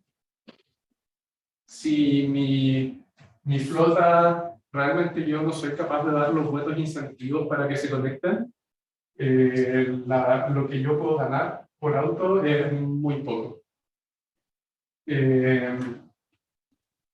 Bueno, por el lado también analicé las reglas de mercado y otras cosas, pero que también impactan en cuánto ganan los autos. Pero bueno, eso es para mostrar que potencialmente hay mucha plata, se podría ganar harta plata otorgando flexibilidad usando autos eléctricos, pero en los buenos lugares y con las buenas tipos de flota.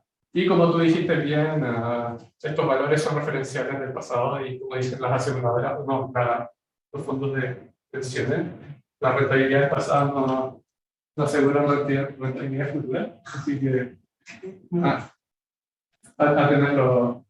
a tomarlo como un grano de sal, como dicen en inglés. Entonces, para terminar esta parte, hay varias formas de desarrollar la flexibilidad a nivel de distribución con diferentes mecanismos, y en particular estas licitaciones empiezan a desarrollarse y funcionan bastante bien.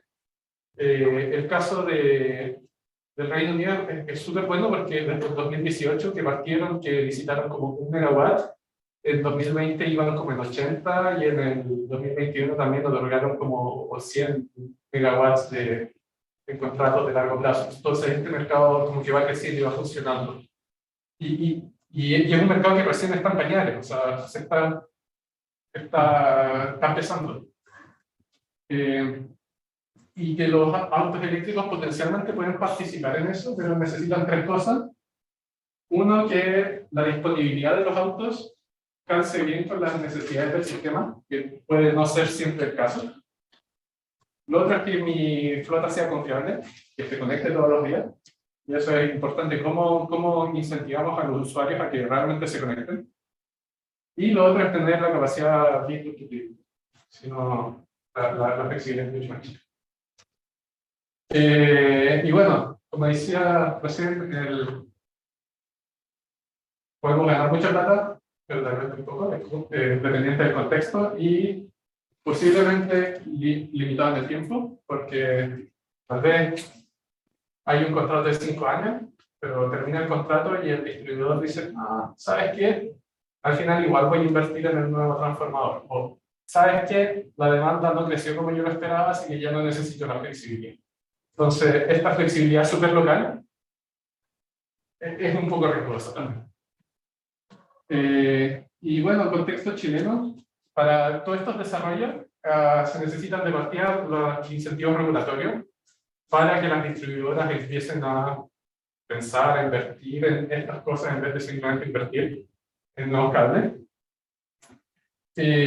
Todos estos mercados de licitaciones fueron de una creación súper en conjunto y con mucho diálogo entre los distribuidores, los reguladores y los distintos agregadores. Entonces, el rol de como co-construcción es súper importante de diálogo para poder crear mecanismos que sean funcionales. Acá yo les hablé casi todo el rato del caso inglés, pero también analicé el caso francés. Y el caso francés hubo como mucho menos diálogo, en el sentido en que el distribuidor dijo, ah, ya, quiero esto y estos son mis términos. Y llevan 2 años y han otorgado 0. Entonces, es importante eso. Y bueno, al final van a haber posiblemente muchas formas en que los diferentes mecanismos de flexibilidad, las tarifas, las licitaciones, tal vez incluso estos mercados locales donde yo le compro la energía al vecino van a coexistir. Y cómo coordinar eso es interesante y bueno, da para mucha investigación y sobre todo mucha implementación y test de verdad. Entonces, ciertos puntos finales. Los autos eléctricos son el futuro, pero no son futuristas, la tecnología ya está acá. La integración a la red puede ser un desafío, pero como les dije, la tecnología está acá y lo que se ve como más complicado es como generar los contextos, los ecosistemas que permitan un buen desarrollo de esto. Los temas de políticas públicas o regulatorios o de comportamiento de los usuarios a veces son más complicados que simplemente la cosa tecnológica. Y lo que también es súper importante es que necesitamos muchos datos para poder hacer estudios que sean más allá de una ecuación nomás y tener como un comportamiento, una modelización realista de los usuarios.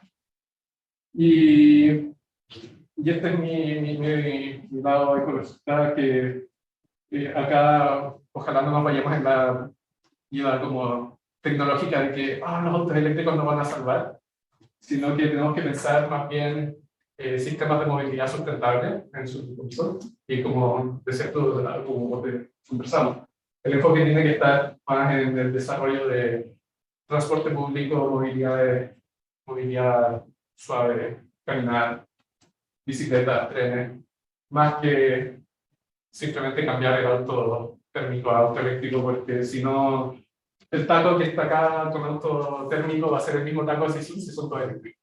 Entonces, eso. Si tienen más preguntas, no.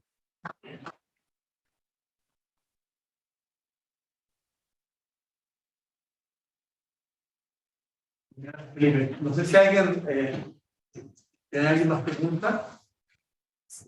Sí, yo me quedé con gusto a que el tipo de análisis se haga con los buses. Me quedé con ese puntito. Pienso que hay una oportunidad incluso para la industria de los operadores de buses de hacer licitaciones donde podemos mezclar el negocio histórico con este, comillas, y además un negocio verde. Sí, seguro. Yo creo que teniendo los buenos análisis de cómo se usan los buses, también se puede, yo creo que hay oportunidad de usar también esta flexibilidad de los buses en la recarga. Uno tal vez tendría que pensar que los buses como están siendo utilizados todo el rato, solo son más demandados, no tienen tanta flexibilidad porque cuando llegan al garage se tienen que recargar.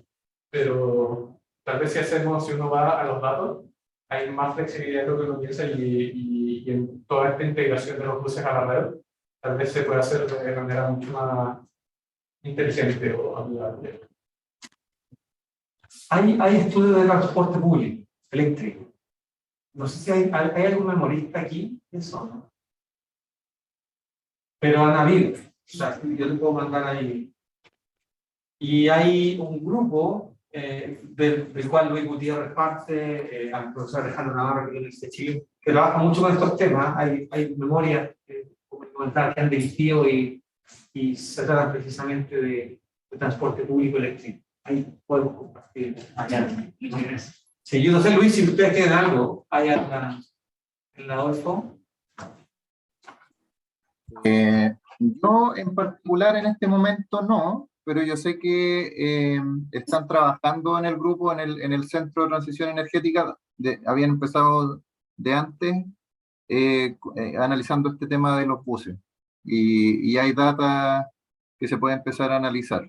Yo entiendo que está en una etapa inicial, pero es algo que tenemos considerado hacer. Ver cómo impactan las redes, digamos, la carga de los electroterminales. No, pues claro, ya, gracias por la aclaración. Pero el profesor Alejandro Navarro, de acá, de la universidad, tiene memoria en este tema. Por supuesto que son memorias de grado, o sea, no tienen la completitud de un trabajo de doctorado, pero de todas maneras informan bastante acerca de datos interesantes y del contexto chileno, porque son estudios hechos de Santiago. Muchas gracias, voy a solicitar. Sí, yo te quería preguntar, tú al inicio mencionabas que como consorcio de empresas de autos te pidió hacer este estudio, si no me equivoco. Ahora que tienen este estudio, como que si sabes tú qué van a hacer ellos, pretenden impulsar políticas, regulaciones, no sé si... Bueno, mira, mi tesis es una especie de seguidillas de tesis que ellos habían financiado en el tema de integración de los autos eléctricos. Ellos partieron analizando este tema de la regulación de frecuencia, porque es donde había plata.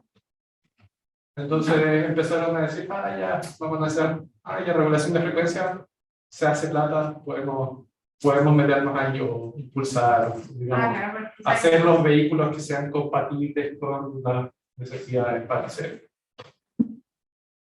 Y mi tesis era un poco en el mismo sentido, en el sentido en que ellos decían, hay plata que hacer, podemos hacernos plata o hay mercado en redes de distribución. Y bueno, la respuesta es sí, pero con cuidado. Entonces ellos lo que estaban impulsando era meterse harto en temas de hacer demostraciones, como participar en proyectos que se forman entre distribuidores y autos eléctricos, constructores, usuarios o agregadores, para mostrar, en casos como de ejemplo, de verdad, usando conductores de verdad, cómo la flexibilidad de la recarga puede ser usada a nivel de inclusión. Y eso principalmente.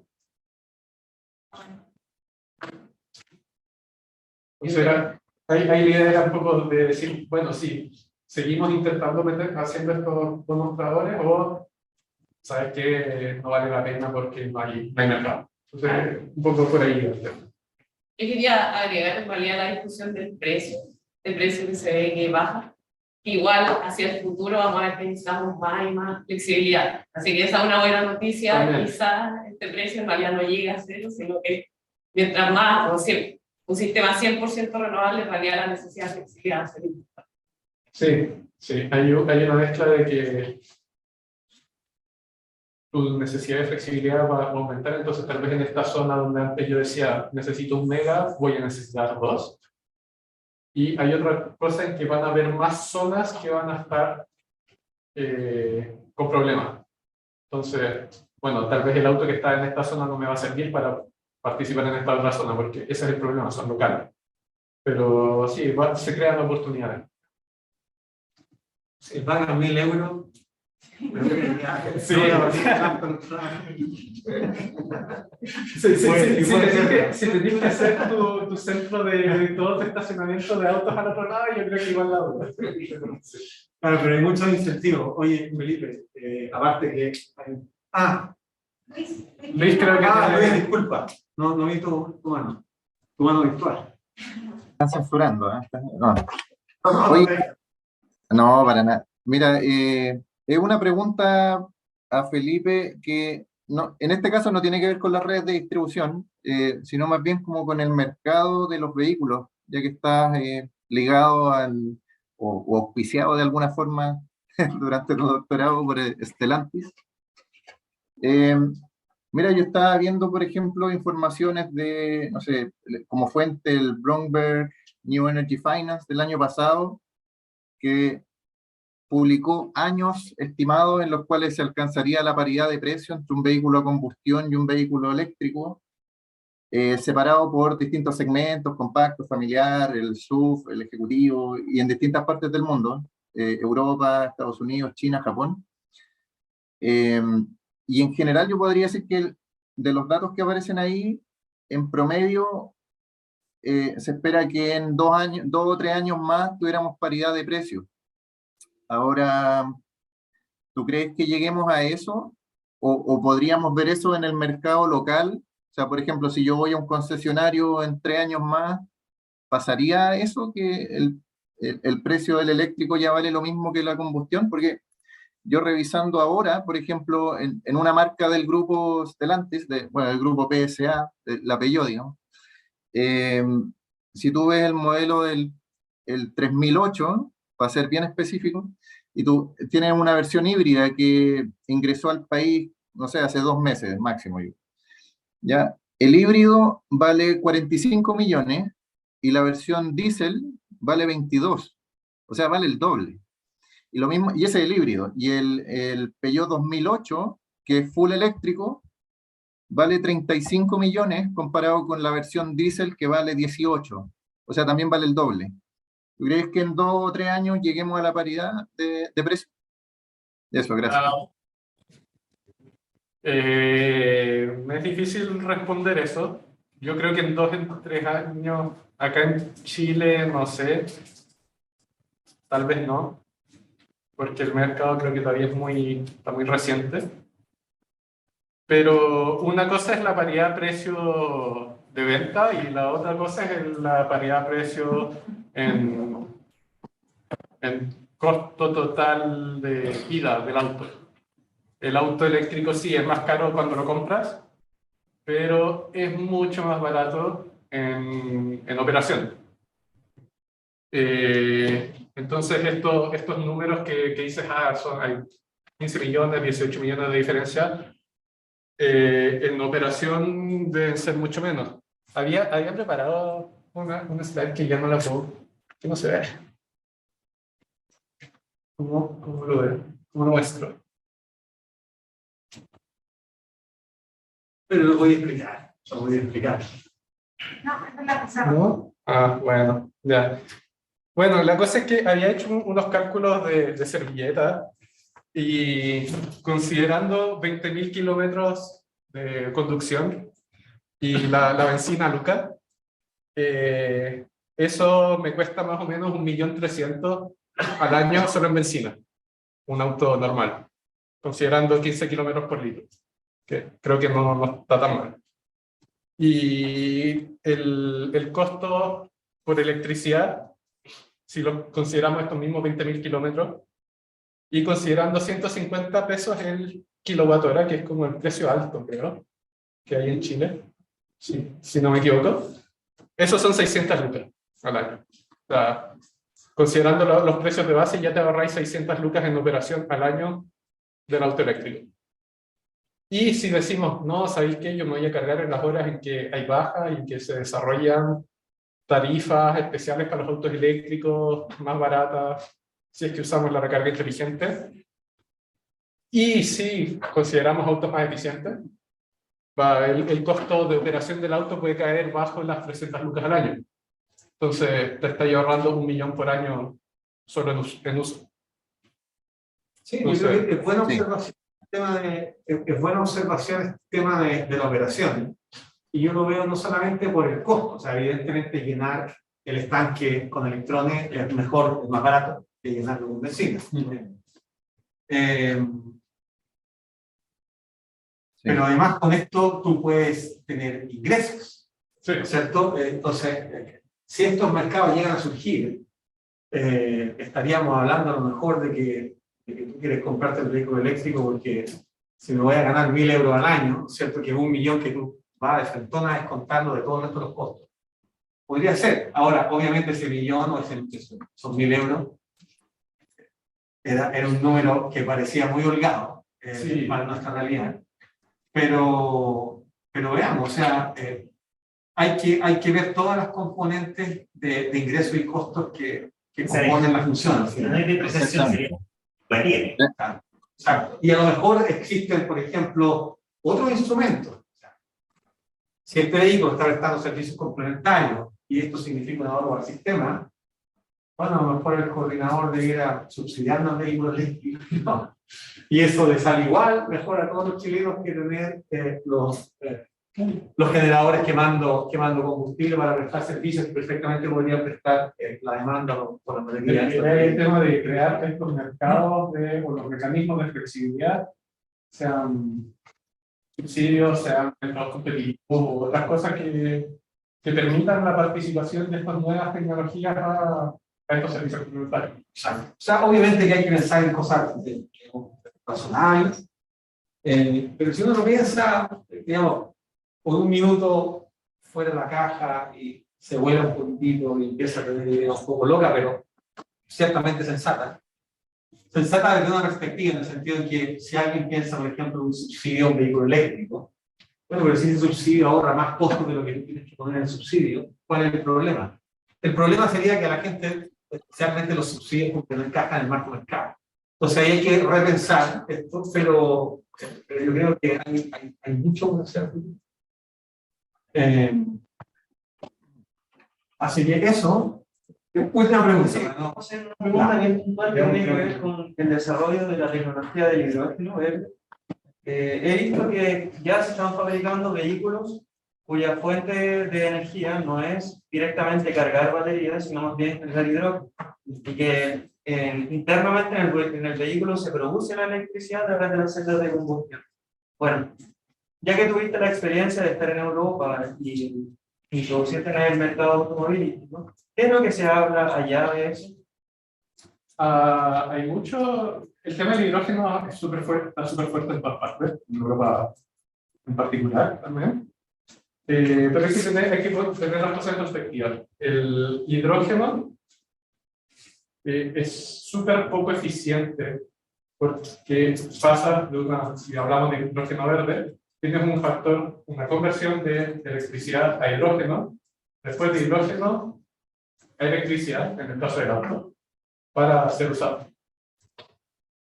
Estos factores de conversión te hacen que tu rendimiento es como del 50% de la electricidad inicial a la que puedes usar para todo. En el caso de un auto de batería, tu rendimiento es alrededor del 9. Entonces, este tema de rendimiento hace que el hidrógeno para movilidad, digamos, de autos normales, autos particulares, no sea muy factible. Esas son malas noticias para China, entonces. Si no, el hidrógeno va a estar o debería estar enfocado en los lugares donde, o en las actividades, para los usos, es difícil electrificar o que por diferentes restricciones no puede ponerle una batería, por ejemplo. Entonces puedes pensar en los camiones de larga distancia, en que si tienes que poner una batería tan grande para que te permita recorrer 1000 kilómetros, los camiones están limitados no solo por tamaño, sino que por peso. Cuando vas en la carretera, que son no sé cuántas toneladas por eje y no sé qué cosa, si le pones una batería gigante, te comes por el peso y de ahí no tienes capacidad de transporte. Entonces, tal vez ahí el hidrógeno tiene su cabida. Y el hidrógeno tiene su cabida en procesos industriales. Pero no, desde un punto de vista, si somos serios, desde un punto de vista energético, no tiene mucha cabida en el transporte, digamos, autos privados normales del día a día.